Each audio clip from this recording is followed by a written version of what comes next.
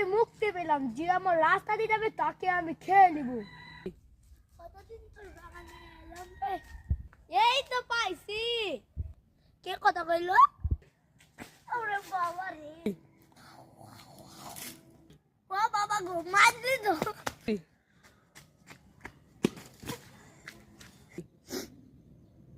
বাবা আমার বাঁচান গো। আমি সব জানি। সারা বাইঞ্চ তুই তো সবই জানিস, কাজে লাগ পর। চিন্তা করিস না, চল হাট। কি করবো? আমি এখানে অপেক্ষায় ছিলাম।